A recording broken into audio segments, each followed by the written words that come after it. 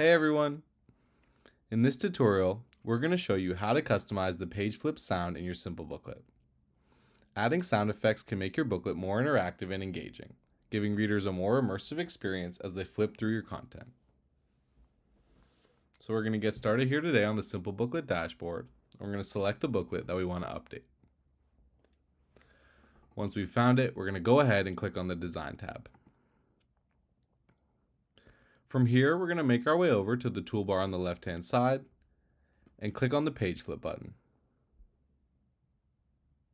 This is where all the page flip settings, including transitions, buttons, and sounds, are managed.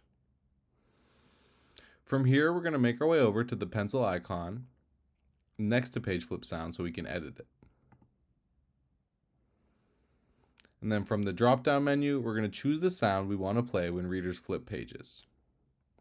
So as you can see, we have a number of different options here, including book, magazine, paper, card flip, card deck flip, and then default.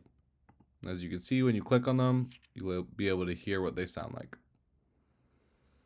And then once you've selected your preferred sound, just go ahead and click Done to save your changes.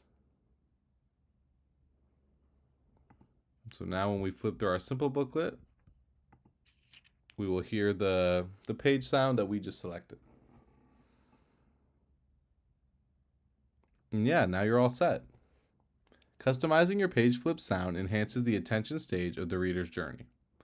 A well-chosen sound captures your reader's focus and creates a more engaging, immersive experience, keeping them in the flow of your booklet. And that's it for this tutorial. If you found this video helpful, make sure to check out our other tutorials for more ways to get the most out of Simplebooklet. Thanks for watching.